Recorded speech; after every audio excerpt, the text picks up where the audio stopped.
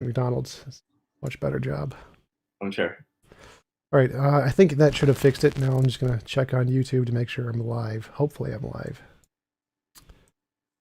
All right. Nope. Should, all right. Right.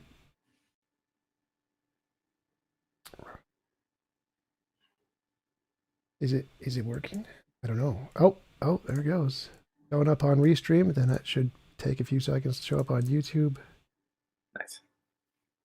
Yes, I think we are live. I fixed the silliness. All right. All right, awesome. My text thingy. Where's my chat? I always ask the chat like if the sound is working because I've had a few that it wasn't. Is the sound working? Question mark. All right, I think it's working. Oh, there it goes. All right, we are live. Tom, thanks for coming on. I really appreciate you taking the time to have a conversation with me. Would you mind telling us a little bit about yourself before we get started? Yeah, sure. So my name is Tom Rudelius. I'm a postdoctoral researcher in theoretical physics at the University of California, Berkeley. More specifically, my research deals with string theory, cosmology, and quantum field theory. Some more fun facts about me. So I was primarily raised in Northern Virginia, but my family's from Minnesota. So as you can see from this glass here, I'm a big fan of Minnesota Twins baseball, Minnesota Vikings football. My condolences. And unrelatedly, Taylor Swift music. Tom, I think I saw that you're also from Minnesota, right? And are you there right now, actually? Yep, unfortunately, with the snow everywhere. Oh yeah, it's a lot nicer here. I'm just bragging. He's making fun of me. Is that what this is? I'm sorry. So well, actually, I want to say I saw that you were in Minnesota on one of your previous videos. I watched a few of them over the last few weeks, and I want to say I'm a really big fan. Like it's clear that you've done a lot of research and you have some really interesting insights. Thank you. So yeah, I was wondering if maybe before we get started, if I could just ask you like a few questions about like your experience, your story, how you got into this. If that would be all right with you. Sure. My story, I was brought up in a very religious environment. My parents are both very religious. I went what denomination? Sorry. Protestant, I think. I don't really remember. I know I went to two Catholic schools. I went to a Catholic grade school and a Catholic high school, but we weren't Catholic. That was just the schools because they were good schools. Apparently, I didn't think they were good schools. I thought they were so annoying. But I imagine most kids agree that their school isn't a good school. But yeah, I had major depression my entire life. I've prayed every day for help. Nothing changed, and so I just eventually lost the ability to believe in an all-good, all-powerful being was there to actually care about me. And so I stopped believing late high school. Didn't have any interest in philosophy or the arguments or atheism. Didn't even know the word existed until several years later when I started to see debates and stuff on YouTube from Hitchens, Harris Dawkins, the new atheist guys. And that's when I started to get into philosophy and researching philosophy as one of the things I tried to try and overcome the depression also. And that's when I adopted the atheism labels, when I started to really research into the philosophy, like, oh, I kind of agree with these guys on pretty much everything. And during that process, I wrote my epistemology that I use to try and assess knowledge in the world and my morality. And I used those as the basis of my YouTube channel. So I was while learning, I invited out professors from local Christian colleges to say, hey, could we have a conversation about this topic? And a lot of them were gracious enough to be like, sure, let's go out to coffee for an hour and chat. Real detailed conversations, couldn't remember nearly all of it. So I recorded them, started to upload them on my YouTube channel and got a decent following doing that. And that was how I started my YouTube channel. And I've pretty much based it off of my approach to knowledge. And that is more or less my story. Oh, cool. So next question I was wondering is what are some of your favorite videos that you've made? Like after people watch this one, which one should we all go watch next? Well, I have a list of my favorite debates.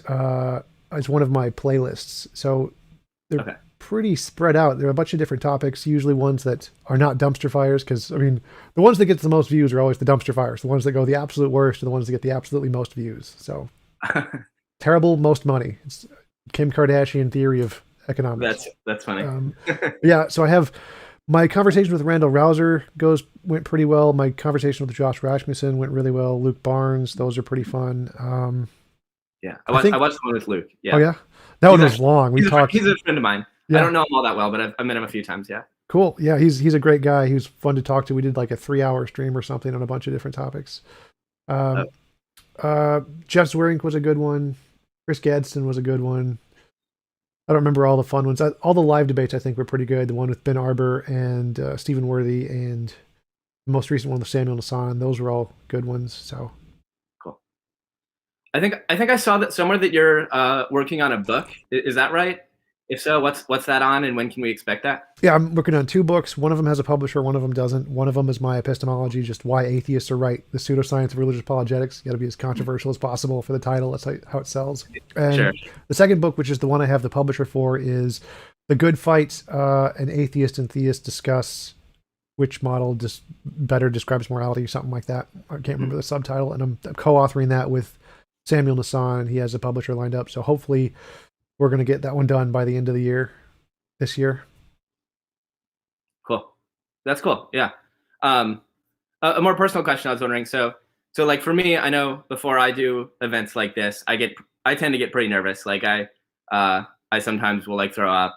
Not today so far, but I was wondering how does this affect your depression? Like, do these things, has it been a positive, a negative? Does it affect you at all doing these sorts of videos?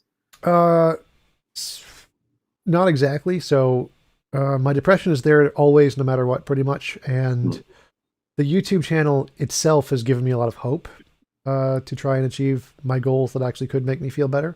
But other than that, the conversations themselves are more or less just a distraction, like video games or anime or whatever. Just it doesn't Or chess, really... I guess, for you. What? Or chess for you, I guess. Chess is terrible. I really need to stop playing chess. It's like I'm super competitive, and when I lose, it irritates me quite a bit. So I really need to stop playing chess, but I do that when I'm like, I have my phone and I'm not on the computer usually. It's all I can do because I can't like watch anime on my phone because it's terrible. But yeah, chess is more of an addiction than a fun thing. It's a negative addiction. Okay. You mentioned like a little bit. I was wondering, what do you sort of see as your purpose in making these videos? Like, is it I think the world would be better without religion, and I want to like rid the world of that, or is it I just find this really interesting, I like talking about it? Like, where do you fall in this?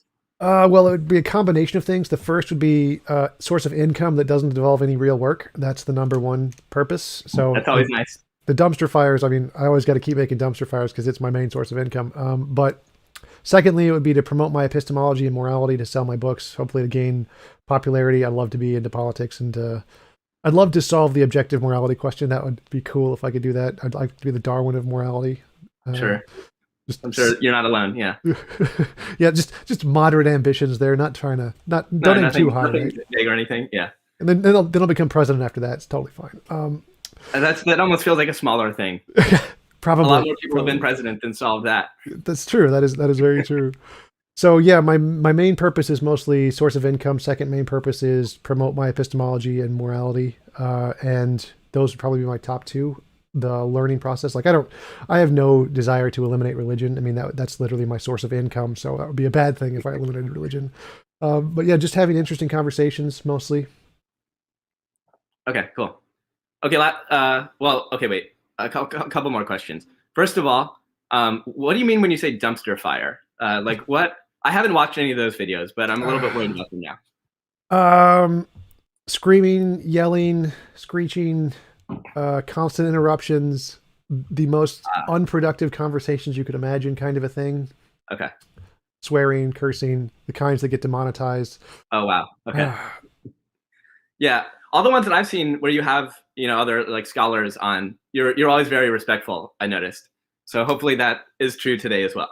Yeah, most of the dumpster fire ones are with people who are not very open to conversation. So okay. Like the Jay Dyer one is the worst, where anytime I talk, he just literally just starts talking over me, and that's the entire 2-hour conversation. Oh no. Okay. Yeah. So okay, last two questions. First of all, is Jump your real last name? Yep. Okay. I was thinking it might be a little like, since we're both named Tom, like it might be confusing. Like maybe you should call me T Rude and I should call you TJump or something. I don't know. That'd be funny. Like I'm Tom 1, you're Tom 2. We just pick numbers. I'm Tom 3.1415. Whoa! I'm Tom 1. Fine. I'm Tom Pi. Tom 3.1415296535, something like that. That sounds good. Okay. The other question is, where did you get that chair? Lazy Boy. Oh, It's a okay. Lazy Boy official chair that I think they stopped making it now because I've recently looked to see if they're still making it. I've had two of them.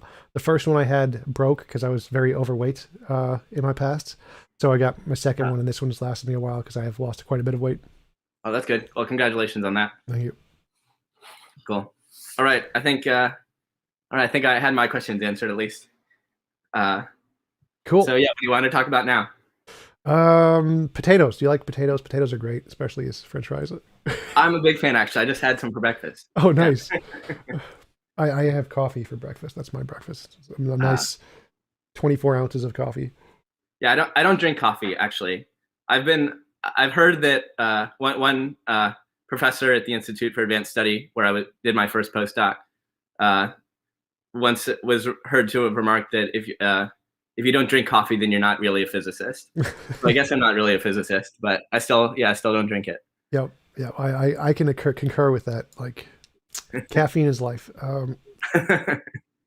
So to get into the main topic, I am an atheist, by which I mean I believe that naturalism better explains everything about the universe. Could you tell me some of the reasons that you're a theist? And I'd like to tell you my thoughts on those positions and hear your thoughts on my thoughts. Yeah, sure.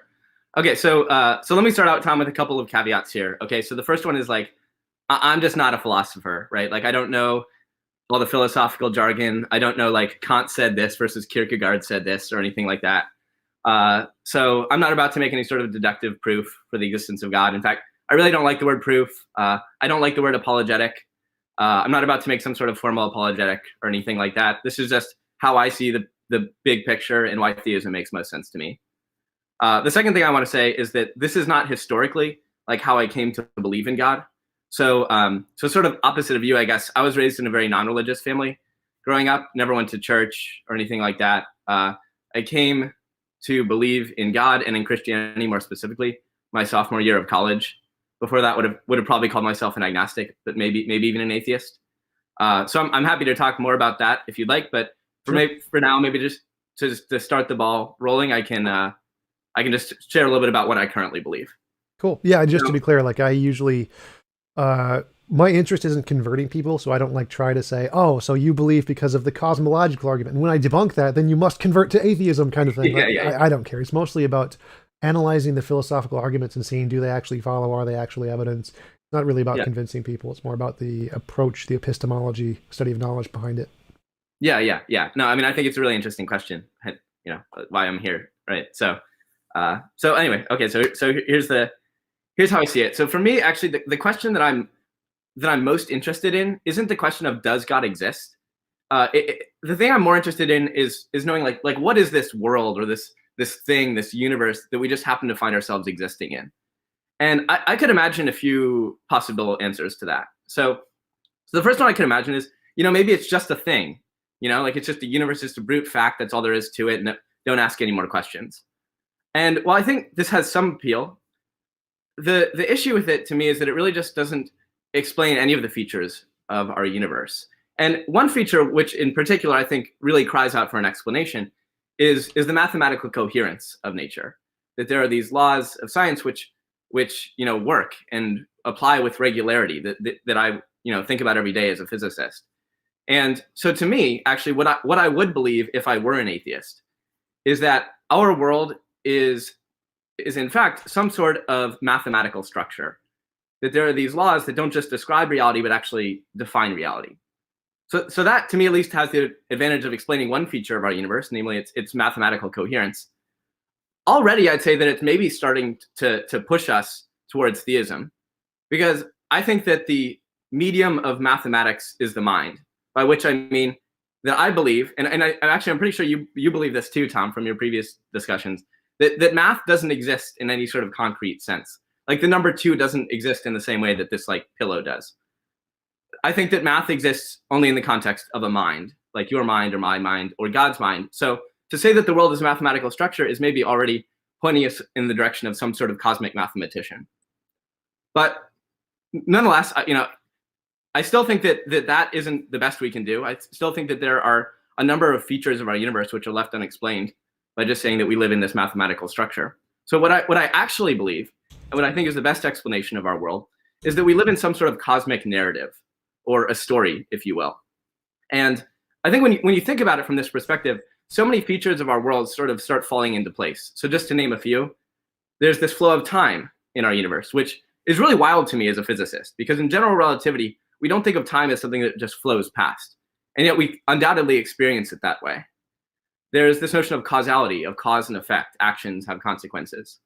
There's the existence of conscious minds, which is really wild to me. But not only do conscious minds exist, we're not merely these isolated self-aware observers, what are sometimes called Boltzmann brains in certain contexts, but rather we are biologically evolved life forms who can interact with each other in meaningful ways, like characters in a story. We at least seem to have moral values and duties, and relatedly, we seem to have meaning and purpose. We're meant to do what is right and good, and we're meant to avoid what is evil and wrong. We have the ability to think rationally about our world, to do science, to ponder our cosmic origins, even to have discussions like this about the existence of God. We have feelings and emotions like love. We have this sense of beauty in the world around us. We have these desires, this longing for a better world. And to me, all of this is very remarkable if our world is nothing but a mathematical structure. So here is where I'll maybe mention fine-tuning is relevant. If you take the standard model of cosmology, the standard model of particle physics, you start tuning the parameters a little bit. You get a world which just doesn't have intelligent life at all. And I think that maybe a multiverse sort of could explain that. But A, a multiverse is really just a cartoon at this point. And B, I think that at best, a multiverse would really only explain one item on the list I just mentioned, namely the existence of conscious minds. Everything else is still a big surprise to me. So on the other hand, I think that all of this makes a lot of sense if our world is best viewed as some sort of story. To the point that I'd say this: if our world is somehow not a cosmic narrative, it was built in such a way as to fool us into thinking that it is. And I have trouble believing that. So finally, so how does God fit into all of this? I'll quote Chesterton here, who said, if there's a story, there must be a storyteller. And when I look at the mathematical coherence of nature, when I look at the beauty of nature, it seems to me that this storyteller is also in some sense a mathematician and an artist. And at this point, I'm saying, that this thing, whatever we want to call it, is starting to look an awful lot like some sort of divine mind, roughly analogous to a human mind, which can tell stories and solve equations and paint beautiful landscapes. So ultimately, we could ask this question: what is ultimate reality? What is the foundational thing? What some philosophers might call like the necessary or non-contingent thing. And I could imagine that it's a universe. I could imagine maybe that it's a mathematical structure. I could imagine that it's some sort of divine mind. And a priori, I think that this is speculative metaphysics. I don't really have a strong preference one way or the other. But when I actually do the experiment of looking at the world around us and seeing all of these features, to me, that's where the probability starts moving pretty strongly in the third direction, that we live in some sort of cosmic story told by some sort of cosmic storyteller. So that's roughly why I believe in God. All right, cool. So there's a few things I wanted to bring up there. The first one was the nature could be a brute fact like the universe. You wouldn't consider God a brute fact. You consider him a necessary being, and those are two separate things, right? Yeah, I guess so, yeah. Because I adopt something more like Graham Opie's position that there can be brute contingencies and brute necessities. They're both brute facts. So I would say that the universe could be a brute necessity, just like God is a brute necessity. So what would be the difference, or why would one be more plausible than the other? Yeah, so this is what I was saying is a priori, I could imagine both of those things, So I'm not leaning on the contingency argument to say that God must be the necessary thing. But I guess here's what I'd say, I could imagine that it's a universe. I could imagine that it's something else. If it's something else, what sort of properties, what would this thing have to be? Well, if it explains the universe, then it better be immaterial, right? Because it's not part of the universe. And it must somehow be capable of producing universes, right? Like those are the two things that if such a necessary thing exists and it's not the universe. And to me, like the best analogy that I can think of for such a thing is a mind, an immaterial thing which has the ability of producing thoughts. And so in this analogy, we can sort of view our world as a thought proceeding from this divine mind. To me, those are the best two options. And I agree, like I don't have a strong preference to either one until I actually do the experiment of looking at the features of the world. And that's where, to me, all these features point rather strongly in the latter direction. Well, you said you're a physicist, right? You study physics? That's right. So, I mean, most of the models in physics, like string theory you mentioned, or multiverse, many worlds, all of those theories are physical theories, right? They're saying there's a physical thing there. I think the most common one is emergent space-time right now, where space and time are emergent from some other physical thing of some kind that isn't a god. All of them entail some kind of a amplituhedron geometry, something or another. So, why would a mind or conception qualify as a non-physical thing when all of the minds we see seem to be perfectly physical? And why would that be a better explanation than the ones that the physicists use that say, well, these things seem to explain the emergence of space-time, the emergence of our universe? Because it's not like in physics, the universe refers to our specific thing, our specific space-time continuum, not all material things. And so the fact that our space-time continuum had a beginning doesn't mean that all material things, all physical things had a beginning. They could have, there is a spaceless, timeless something from which space-time emerged from, and that is still, as far as we know, a material physical thing. So it seems like your argument is predicated on the idea that the universe is all physical things. And since the word universe had a beginning in the Big Bang or something like that, then all physical things must have a beginning. But that seems to be not correct, because it seems even if our space-time continuum had a beginning, that doesn't mean all material things did. Most theories in physics seem to disagree with that. Okay. Yeah. Okay. I guess I'm not sure if I'm quite understanding you, but I think maybe the issue where I sort of disagree is that it feels like you're trying to sort of make me pick between either some sort of like religious theistic explanation or some sort of scientific one where the laws do this. Oh, So well, not exactly. So, because you said a mind, whatever created the universe has to be immaterial. And you said a mind is something that you think is immaterial. And that's one possible explanation. But to me, it seems like that's because all the minds we know of seem to be brains, they seem to be material. And there are these other things in physics that came about from the emergent space-time hypothesis, which is still material. So they're saying that space and time, while it had a beginning, was caused by an actual material thing that we just don't know about yet. So it seems like those two premises in your argument, one, that it has to be immaterial, I don't think that's necessarily true. That seems to go against physics. And two, that minds can be immaterial. I don't know if that really follows either. okay, well, I mean, I feel like there's still sort of this maybe dichotomy. I mean, I as a physicist can believe that that there are these laws that explain the universe, right? And that given this particular set of laws, given this particular set of initial conditions, that we get a particular universe that looks like this. Now, the question, though, at hand to me is why these particular laws, why these particular equations as opposed to some other? And so that to me, right, is where the metaphysical explanation comes in. And as I say, a priori, I don't find theism especially compelling on this regard, in the sense that I'm not going to lean on this as the main source of my argument. I think that theism is one possibility, and there are other ones. But the thing that's hard for me to explain is why this such some sort of these sorts of laws just happen to produce worlds like ours. Of all the ways that the universe could be, that it just happens to have all of these properties that I just mentioned. And so to me, that's something that seems to point towards some larger explanation and suggest that these things might be clues as to whatever the ultimate reality of the universe actually is.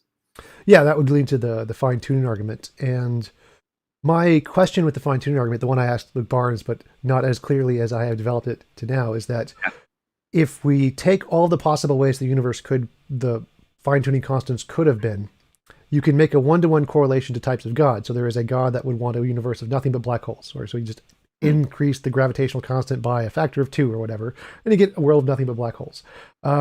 And there could be one God to each possible variation of the universe. And so to have a God who has the properties to want to create a universe like ours seems equally as improbable as a universe simply just being a necessary thing that has the properties of ours. So it doesn't seem to solve any of the fine-tuning problems to assume that there is a God there. It seems to have the exact same problem, just an extra step.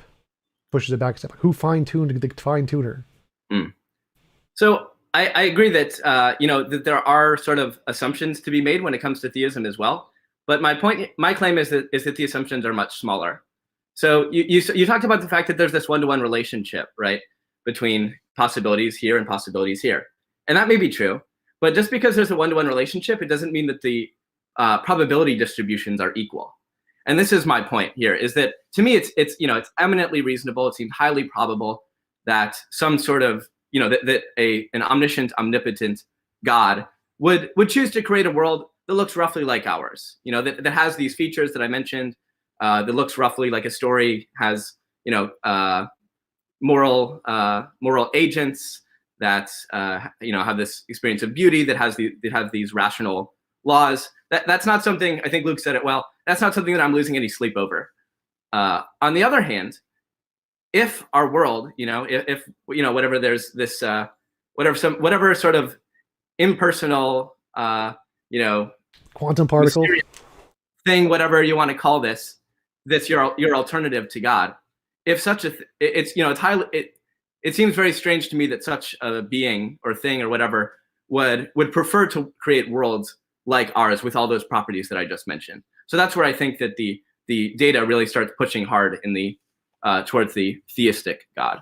Yeah, so that's the argument I'm addressing. I'm saying that why would you think that? Because it seems like to assume that there's a God who would want to create a world like this seems equally as improbable or equally as fine-tuned as a God who would not want a world like this, who would want just black holes or just unicorns or just hydrogen atoms or nothing. There could be a God who would want literally any possible combination of universes that is equivalent, like one-to-one, to all the possible universes that could just come about by random chance. So if you take all of the possible ways that the universe could have been, there could be a God who would want exactly that universe, which means the probability distributions do seem to be exactly the same. I don't see a reason to think that there is a God is more likely to prefer this kind of universe that we're in than one of those other alternatives that the universe could have been but didn't.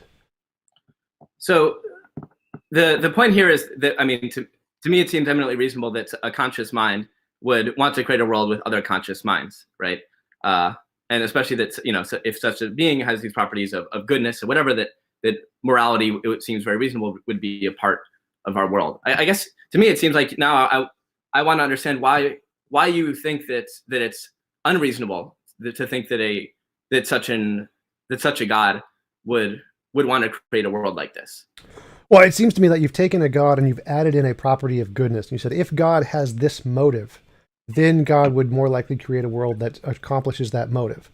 But the motive part is the part that differentiates all the different gods. I could just say, maybe God would want black holes. God just really likes black holes. So I changed the motive from being morality to black hole creator, and he would be creating each of the different black hole universes. Or I could say, God has the property of unicorn creator. He just creates a universe of nothing but unicorns. So the probability distribution is based off of that motive thing. So we grant there's a God, and then each different God has a different motive. So you've assumed one kind of motive, and you're saying, if this motive that I've assumed is correct, then that kind of God would make this universe more likely. But I can flip the argument and do the same thing. I could say there's a certain kind of quantum law or super law that we haven't discovered yet, which entangles all of the other physical laws. And so the probability of this universe coming about is essentially 1, because if you change any law, it's kind of like changing the weak and electromagnetic force. They're intertwined. So you change one, you change the other exactly proportionally. They are all of the constants of the universe are intertwined. Change one, you change the rest of them. So this universe is a necessary outcome because this quantum particle, as Graham Opie puts it, as the alternate necessary thing to a God, is determined by this law in its nature, which is it's like the analogy to the God's motive. And that makes this universe more likely under a naturalistic hypothesis. So it says, if I assume there is a naturalistic hypothesis that has this particular motive alternative, then our universe is more likely. So it takes the probability distribution, and instead of it making it completely random, it says that this particular one is more likely than the other ones. But the problem, of course, is, well, why would I think it has that particular kind of law that intertwines all of the other laws? It doesn't make any sense. But the same thing goes to a God. Why do I think God has this particular motive as opposed to any of the infinitely other possible motives? It seems like they both run into the same probabilistic problem of just saying, I'm going to assume there is the necessary thing, and it has some determining motive or factor that makes this kind of universe more likely. And we could do that for both hypotheses, or we could take that away for both hypotheses. So I don't see the difference in the two hypotheses of why the God one would be more plausible or more reasonable or more probable than the natural one, because it seems I can make a one-to-one on both sides of the having a reason or determining factor and or just complete randomness. Yeah, well, I mean, as I said, to me, it seems eminently reasonable that a conscious mind, right, would choose to create a world with other conscious minds. This is something, even the Bible talks about humans being made in the image of God, right? It seems to me that we will look out at the world, we see all of these features which seem like the sorts of things that a conscious mind would create based on the limited experience that we have with conscious minds. I think that this is where the difference is with this sort of law, this hypothetical law that you're talking about that binds all these things together. So there's a couple things to note there. First of all, I think maybe this is clear to you, but I'm not sure if it's clear to all of our viewers, that the goal here isn't to try to find some laws that give rise to intelligent life, right? We have those. It's our universe. They exist. We exist. The question is why these laws as opposed to some others. So what you're suggesting, I think, is maybe there's some sort of like super law which somehow correlates all of these different things. And the problem with that is that it's not enough just for such a super law to exist. That super law also has to have the property that it would happen to create worlds like ours, that it would choose to create worlds with all of those features. And you can say, well, maybe that's just a property of this thing. But the point is that isn't something that follows immediately, or even I would say reasonably, from the idea of a super law in the first place. So it has to be added on as an additional hypothesis. And every time you start adding additional hypotheses, you're adding these additional parameters, which make it less and less probable.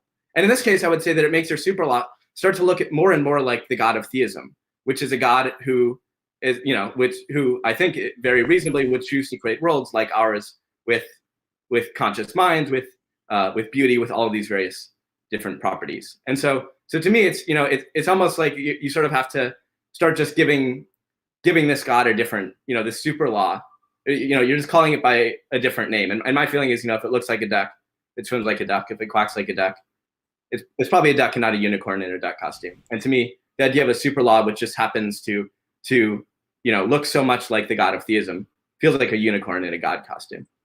Well, it seems like begging the question. So you're assuming your hypothesis. So it seems like that if we look at all the laws of nature, no mind, as far as we know, created any of the laws of nature. All of those things are regularities in something that already exists, which is the universe itself. And so saying that there is something that determined these laws with a mind seems to break the inductive argument. The inductive argument is that all these laws seem to be a pattern in nature.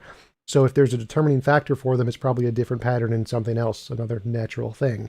To say it's a mind doesn't seem to make sense, because minds can't create laws of any kind that are objective. They're all just arbitrary subjective laws that we make up. So to argue that there has to be some reason that the universe came about to be this way instead of another way, I could just say the same thing: is why did the God come about to be that way, to have a moral inclination to create conscious minds, and not another way? Because there are lots of people who don't like social interaction, who wouldn't create other people if they didn't have to, and would just live alone in the forest. So it's equally as conceivable to say that conscious minds could prioritize non-people based universes. And the only argument that seems to counter that is, well, most people like social interaction, which seems to be purely evolutionary. And so I don't see any inference you can make from a clearly evolutionary phenomenon of people liking social interaction to therefore an all-powerful being who didn't evolve would likely create human interaction. Unless you, of course, add in this objective moral principle. But if you add in the objective moral principle, I could just mirror that to this determining super law. So it seems like either way, there's going to be this brute fact of either the God is determined by his nature to create this kind of universe, or the quantum particle is determined by its nature to create this kind of universe. And given all of the evidence we have of the universe, it seems less plausible to say it's a mind, especially one that has the same proclivities of evolutionary-based minds, than it is to say it's a law that is just describing some natural feature that is mindless. It's just a unguided natural process. So I think what feels like to me is the issue here is that you're correctly recognizing that that there's sort of two possibilities either way, right? Like on naturalism, it could be that the universe happens to have these properties, or it might not have these properties. And on theism, the same thing, right? It could have these properties, it might not. But just because both possibilities are on the table, it doesn't mean that they're equally likely, right? So if theory A predicts some phenomena will occur with 30% probability, and theory B predicts that that same phenomena will occur with 3% probability, if we see that phenomena, that favors theory A by a factor of 10 over theory B. Even though theory A wasn't, predicting that, so to speak, right? There are other possibilities you could imagine. It still wins in a Bayesian framework by a factor of 10. I think that that's what's going on here, is that I think it's very reasonable to think, right, that God would create such a world like ours. A conscious mind would create a world like ours. Is it 100%? No, but I think it's at least, like 50. I would bet on it. Well, that's the part I'm asking about. So if we take 100 possible gods, assume there's only 100 possible logical possible gods, and there's only 100 possible logical possible universes, just for the sake of the argument. Yeah. You're saying that half of those gods would create conscious beings. Whereas I'm saying one of those gods would create conscious beings. And I don't see how you're getting the probability that half of these possible gods would all be likely to create conscious beings. That would be like me saying half of the possible universes would all necessarily produce life. I know we can give a reason for that. We can say there's some property of gods. Gods have this conscious moral property that makes them want to create conscious beings. But I can do the same thing with the universes. I can say there is this super law that entangles all of the constants to make them bind together, and it exists in half of the possible universes.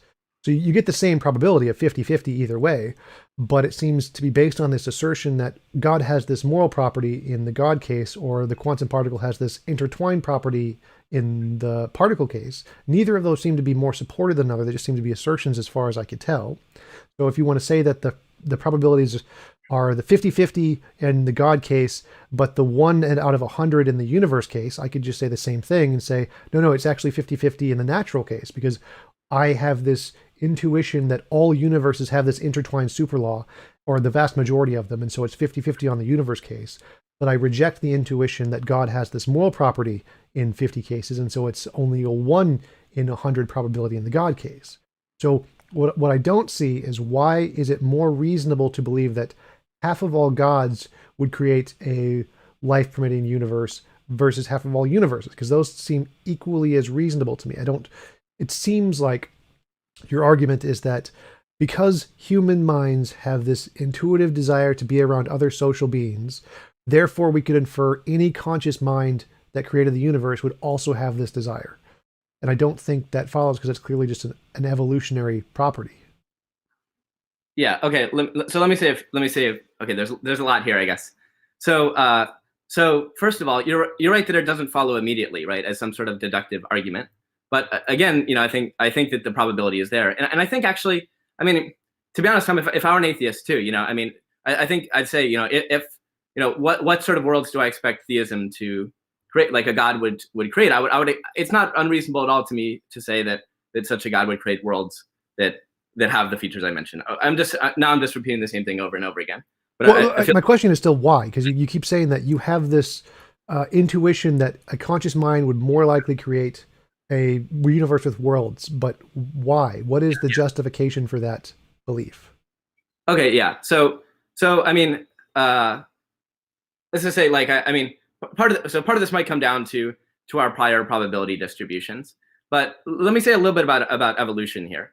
So to me, I think that, again, to point to say that this is just an evolutionary thing is again sort of creating this dichotomy where we view God as sort of this this alternative to science. And the more we learn about science, God is like a fugitive hiding out from the laws of nature. The more we learn about science, the less room there is for God. And we don't need God to explain these things. We have evolution. I think the issue with that, though, is that on theism, God is not like a fugitive from the laws of science. He's the legislator. And so, yes, evolution is something that will take place in a universe, given a very particular set of laws and a particular set of initial conditions. But the question is, why those laws and why those initial conditions? And to me, right, so if it's true, right, that our conscious minds, which work, I mean, clearly we are able to do like rather impressive things with our minds. We're able to make great progress in science and all of these things. If our minds, which are, lead us so reliably to truth in that area, it seems reasonable to me to think that our minds would be leading us to truth in other areas as well.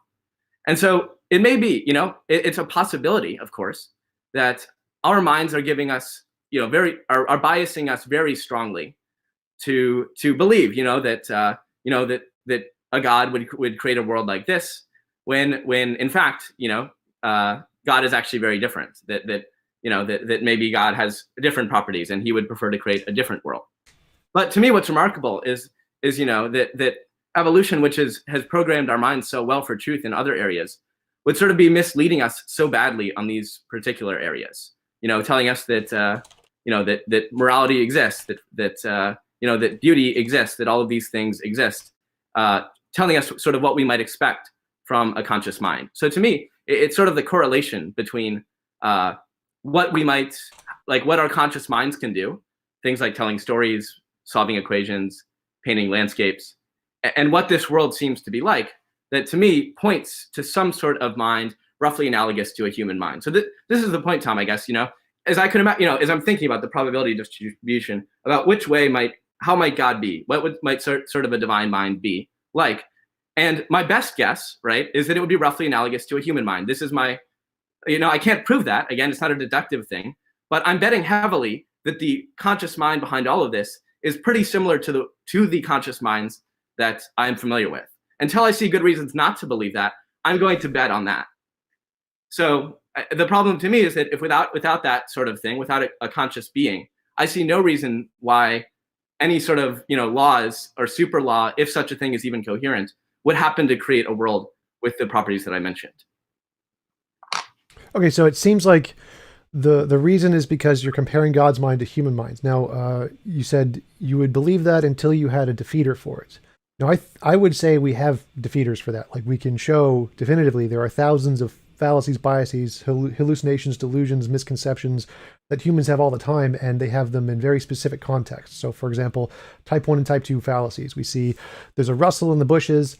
The monkeys that see, it's a lion, they just run away. They always run away because any rustle in the bushes, they impose agency on it and run away and survive. The monkeys who think, I'm going to be a little more skeptical, it's probably just the wind and I'm going to wait for better evidence, they get eaten more often than the monkeys who run away. So the monkeys who run away survive more.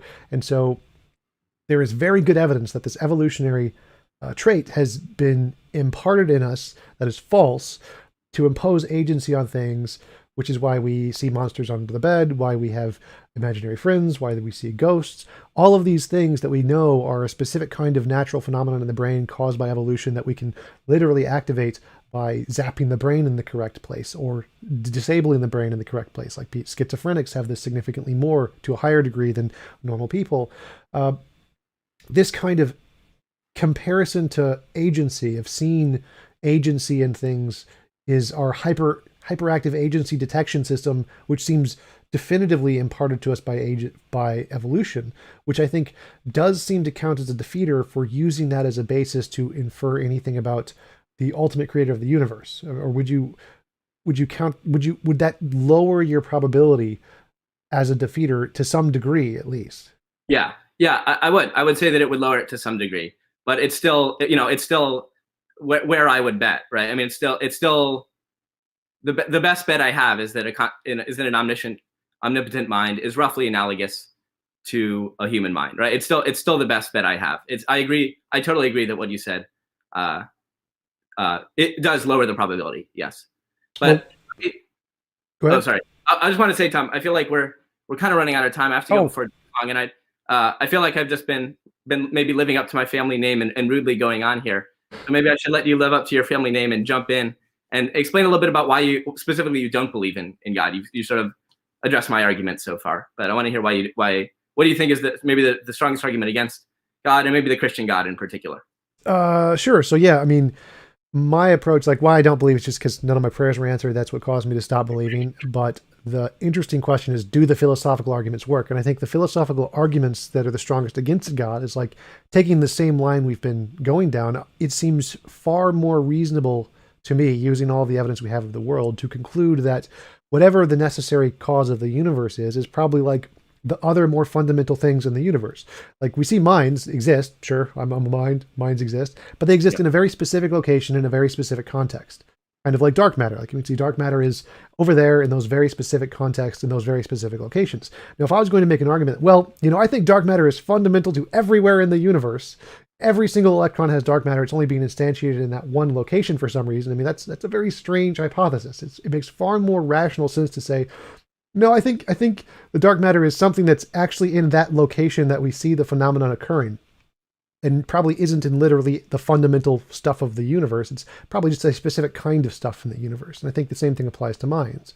We see minds in one very, very specific context in the universe, whereas we see things like gravity everywhere in the universe. So to think, well, what caused the universe? It's far more plausible to think it's like the gravity, or like matter, or like electrons, or like waves, than it is like minds, because it's far more prevalent everywhere in the universe. To think that the fundamental stuff of the universe is only instantiated in this one tiny little planet for some reason seems very implausible. And we can infer the same kind of argument to explain any question about the universe, like what caused the fine-tuning, what caused the cosmological argument, objective morality, whatever you want. You can take any single argument and apply that same rationale to it. It seems like the fundamental justification for theism is essentially the same kind of thing that you presented, which is that you're inferring that the thing that created the universe is like a human mind for some reason. And that seems to be, to me, a very bad argument. So I think that the more rational argument is the stuff that we find that's the closest to being the fundamental is more likely to be closer to what the fundamental thing is than the minds that we see. And so that would be my fundamental argument against theism in general. I would then go further to say that the Christian God, I think the problem of suffering, I take the logical problem of suffering. I think it completely disproves the possibility of the Christian God, because there is a thing that if the God was perfectly moral and all-powerful, then he would have done the thing to maximize morality. He would have done the most moral thing he could have possibly done, which means if I can list one thing that is a more moral outcome that the God did not do, then that either defeats the fact he's either all-powerful, so he couldn't do it because he lacks power, or he's all good, which means he didn't do it because he's not perfectly moral. And I can do that. It's my argument is that any of the possible benefits, to use Plantinga's free will defense, where he says that there may be some sufficient reason, without labeling it specifically, that could justify God allowing whatever evil, suffering, whatever, I can defeat that by saying whatever that reason could be, whatever the sufficient reason could be, we could make it more moral by making that sufficient reason optional. So whatever reason God may have, no matter what it is, we just take that one, make it optional by like saying, creating the person as a soul or whatever, and asking them, would you like to be a part of this world that has all of these things in it, the positive and negative, or would you like to opt out? Having that one addition to exactly this world we have would make it more moral, and it's clearly logically possible. And we as humans are pretty much going to be able to do it in the future with our technology anyway. So if God can't do it, then he's less powerful than humans, which seems incredibly implausible, or he's not perfectly moral, because if it's clearly a more moral situation based on my model of morality, that if God gave us the option to choose this world with all the positive benefits, his sufficient reason plus the suffering, versus opting out and going to a different world or one of our own design or of some kind, that would have made everything more moral, as far as I can tell. And if that's the case, then that would defeat the idea of an all-good, all-powerful God like the Abrahamic gods, or not the Muslim one, because they admit he's evil. Okay. Yeah. Well, thanks. Yeah. Thanks for sharing. Yeah. Okay. Well, I guess I'll leave the first part of what you said. I think that would kind of lead us back to where to covered ground. I can maybe talk a little bit about my take on the problem of evil and suffering. Though I think it maybe won't be so interesting to you given your moral system that you just laid out. But maybe I'll toss it out there and we'll and we can maybe talk about how it fits in with your morality. So first of all, I want to say, like, I think that this is the right question, against God. This is the question that we've all been asking, like, where is the God in the midst of all of this suffering and this death? And I mean, even if you look at the Bible, right, like page 2, people start asking this question, like, why is there so much suffering and evil in the world? And for a long time, Tom, like, I probably would have gone to something like the free will defense, which of course, I know everybody on this call right now knows, like, free will is a good thing. So God creates humans with free will, and that means we have the chance to do evil. And Therefore, there can be evil, and there is evil. So I think that there's actually some validity to it, but I agree with you, Tom, that it ultimately, like, there's just some sorts of evil, some suffering in this world that is just like too big for me to justify that. So I think of maybe like a 6-year-old child is like raped and murdered by a serial killer, and I ask, like, is the free will of that serial killer worth more than like the life of that child? And you're nodding. Like, I have a lot of trouble believing that. You have a lot of trouble believing that. Like that just doesn't seem right at all. So to me, I guess where I'm led is that if God is good in any sense, there must somehow be, like the story of that 6-year-old just can't end there. That somehow, and I would say this even for the whole human story, like all of us are like heading towards death. Sun's gonna swallow up the earth, and that's it. And I've got to, and I look at that and say, like, if God is good, there just has to be sort of like a better ending, a better trajectory for the human story. And as I think about the human story, right, this is my argument from the beginning, is I think the world is best seen as a story.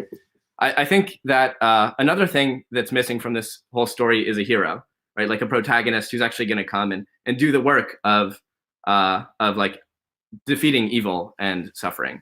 And if I were in any other religious tradition, I would say that this is all just like wishful thinking, just hoping that God is like this and this will happen. But as a Christian, I point to Jesus and I say I think Jesus really is the hero of the human story. Like, Jesus comes and he heals the unhealable, he loves the unlovable, he forgives the unforgivable. Jesus is not corrupted by evil, but in the climactic moment of the human story, he overcomes evil, suffering, injustice, even death itself, with his death and resurrection. And so to me, actually, this I would say is like the most profound response to the problem of evil and suffering, which is not just some sort of philosophy textbook, not like the free will defense, sorry, Alvin Plantinga, but like a God who actually comes and suffers with us, and ultimately who promises us that someday all things will be made new, like that all the sad things will come untrue, and the world will be even greater for having once been broken and lost. And I think that's the hope we have in Jesus' resurrection. So let me say, like, as I think, I've said, as I argued this whole time, I think the world is best seen as a story. And every story has evil. Every story has suffering, conflict. And oftentimes it's actually the greatest stories that have the most evil, the most suffering, the most conflict. Because the darker, like, the night is, the brighter the dawn is when the day finally comes. And so I think in Jesus, like, there is, yeah. Dark Knight quotes, yeah. So, like, in Jesus, I think there really is hope that the day is coming. Well, so my position is even if I granted just everything you said there, then it seems like Jesus isn't the hero, he's the villain in that case. So, for example, if we see a doctor who, imagine someone got shot in the leg, and there's a doctor, and the doctor, in the 1800s, his best option is to cut the leg off. He's like, there's no antibacterials, the best I can do is cut your leg off to save your life. That's a moral doctor. He's a good doctor, he did the best that he could. But if we apply that same standard to today, and a doctor cuts your leg off instead of giving you an antibacterial, we're going to throw that guy in prison. He's a moral monster because there was a better option he could have done but didn't do. And so that's negligence. And so if there's a God who has a better option he couldn't do, even if he did try to save you by cutting your leg off, that's immoral. That's wrong. We should throw him in prison for that.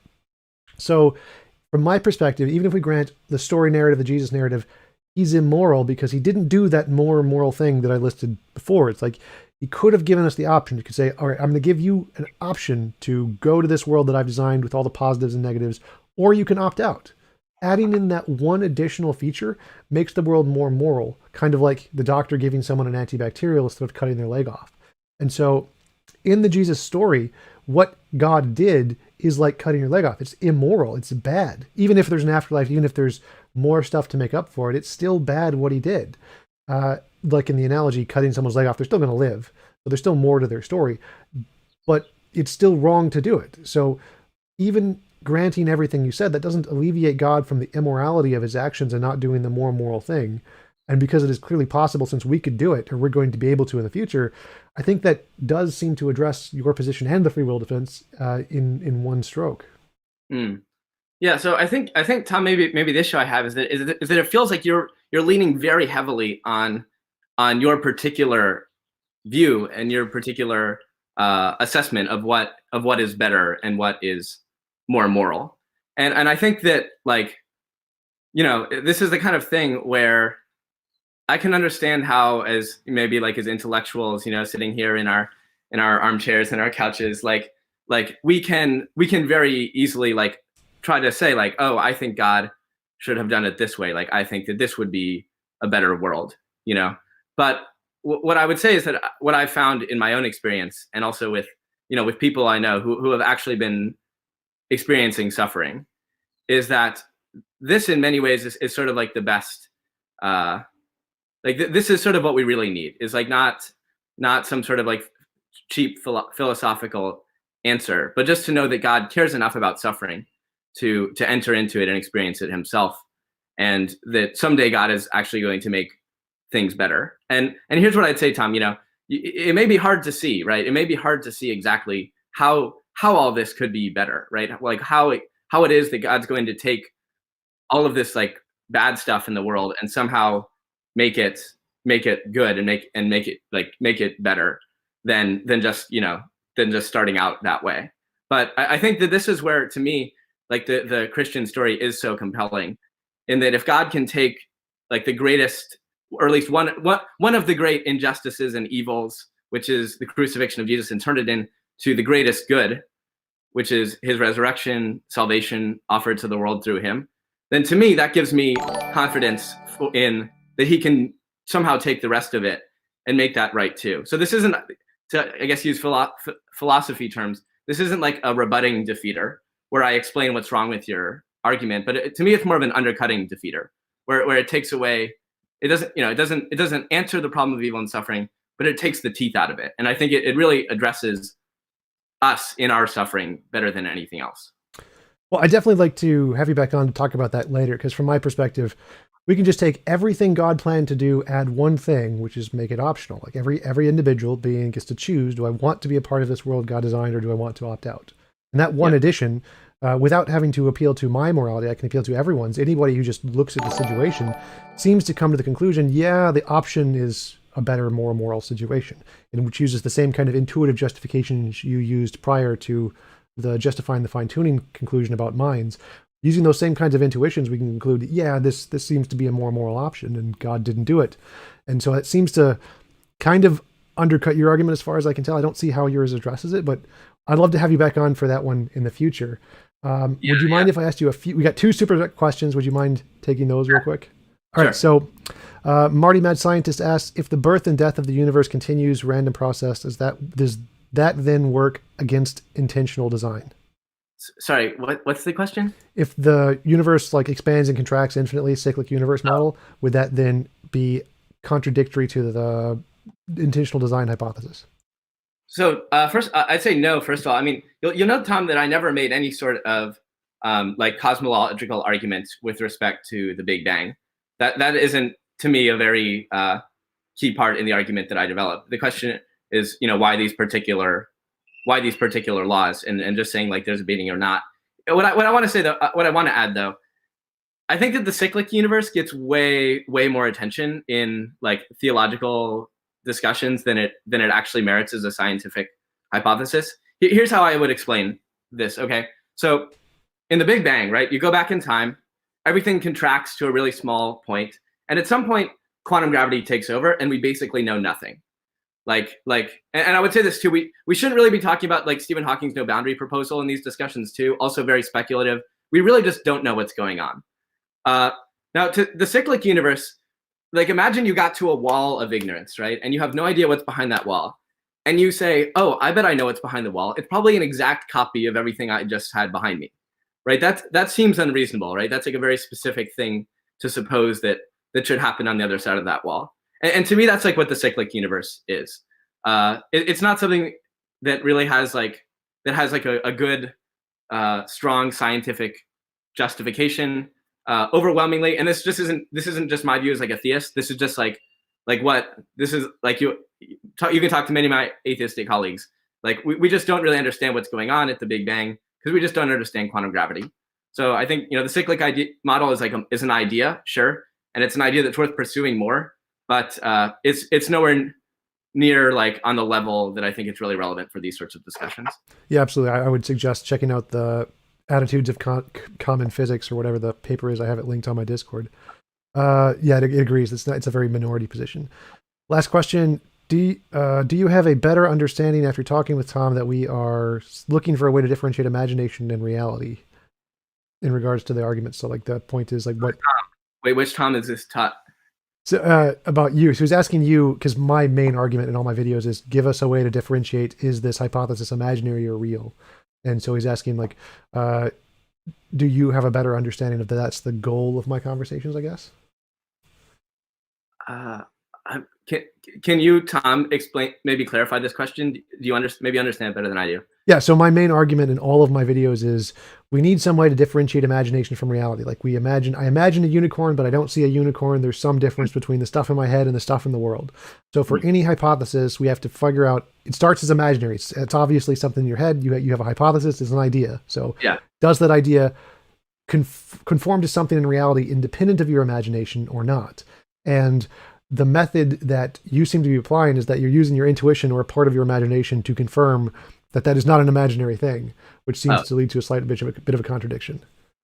Oh, well, I guess, I mean, to me, I guess, I mean, sort of like all of us in some sense, you know, when we're doing these sorts of discussions, when we're thinking about metaphysics, you know, we're imagining hypotheses. And I mean, to me, this is very much like anything in science. So, I mean, let's talk about like a multiverse, right? Like I think that there are legitimate objections to a multiverse, but one that doesn't make sense to me is to say that because these things are not observable, therefore they cannot be true, right? The question is whether we would expect to observe them or not. So that, like, there's an analogy that sometimes I've heard given of, like, if I tell you that there's an elephant in the backyard, and you go out and you look and you don't see an elephant, like you're pretty well justified in believing that there's no elephant.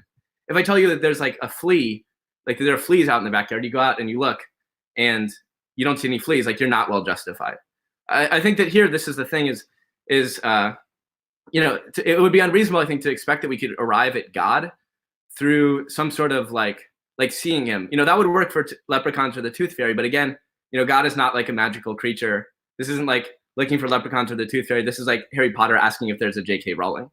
And so I mean, the question of like, I don't know, bridging the gap between imagination or reality, to me, it just feels like the question of how do we test hypotheses if we can't actually see them directly.